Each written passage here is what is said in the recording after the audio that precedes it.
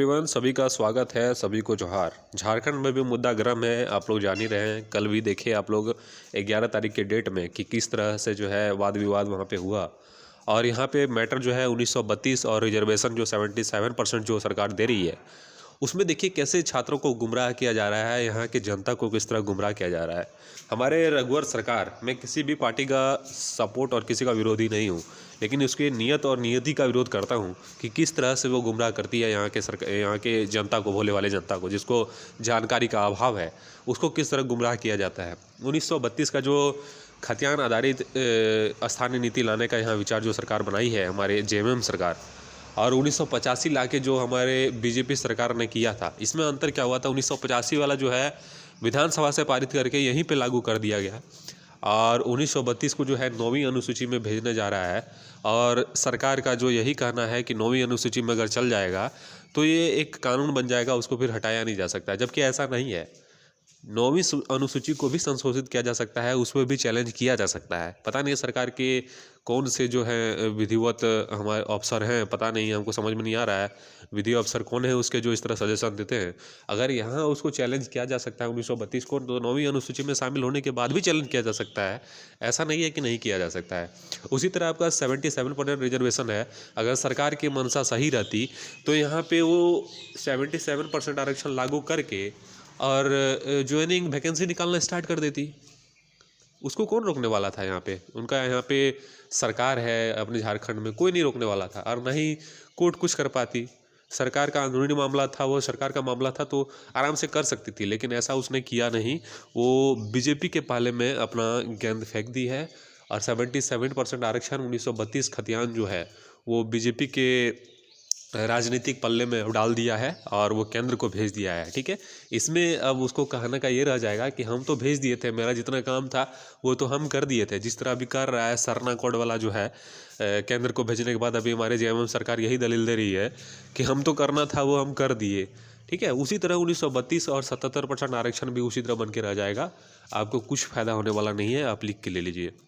अगर होगा भी तो आपके आने वाले पीढ़ी को होगा, जो प्रेजेंट में भी तैयारी कर रहे हैं उसको कुछ नहीं मिलने वाला है 1932 और 77% आरक्षण से। ऐसा मेरा मानना है, और आप देख लेना कि यही होने वाला है। ठीक है, और अगर सरकार की मंशा सही रहती तो ये काम अपकमिंग वैकेंसी जो 2023 में था उसमें भी 1932 स्थानीयता के आधार पर नियोजन कर देता और 77% आरक्षण उसी में लागू कर देता, ताकि हमारे ओबीसी भाई, SC ST भाई को जो रिजर्वेशन बढ़कर मिल रहा है उसका फ़ायदा वो इसी वैकेंसी में ले सकते, इसी पीढ़ी में ले सकते। लेकिन ऐसा हमको कहीं से भी लग नहीं रहा है कि आप लोग 77% आरक्षण और 1932 के आधार स्थानीयता के आधार पर नियोजन में आप लोग भागीदार बन सकेंगे। ऐसा बहुत मुश्किल है। और सरकार की मंशा क्या है ये तो बहुत समझना मुश्किल हो गया है, क्योंकि सरकार अलग बात बोलती है और हमारे विपक्ष अलग बात बोलते हैं। लेकिन छात्रों का जो है भविष्य पक्ष और विपक्ष दोनों मिलकर खराब कर रही है, और झारखंड के छात्र लगभग बर्बाद हो चुके हैं, क्योंकि 2017-18 के बाद एक भी वैकेंसी JSSC JPSC की तरफ से नहीं निकला है।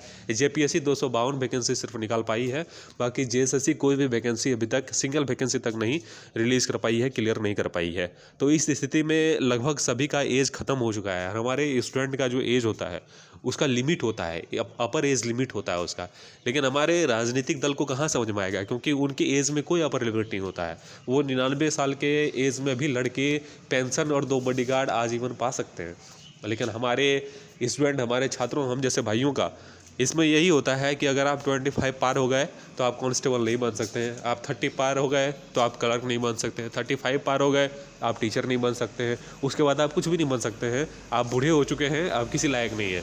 लेकिन हमारा राजनीतिक दल जो है वो कभी भी इलेक्शन लड़ सकता है, कभी भी आपके साथ खेलता है, कभी भी कुछ भी करता है। ठीक है, तो उसको कहाँ से पता चलेगा कि अपर एज लिमिट और एज लिमिट का क्या मतलब होता है, उसको कुछ भी समझ में नहीं आएगा।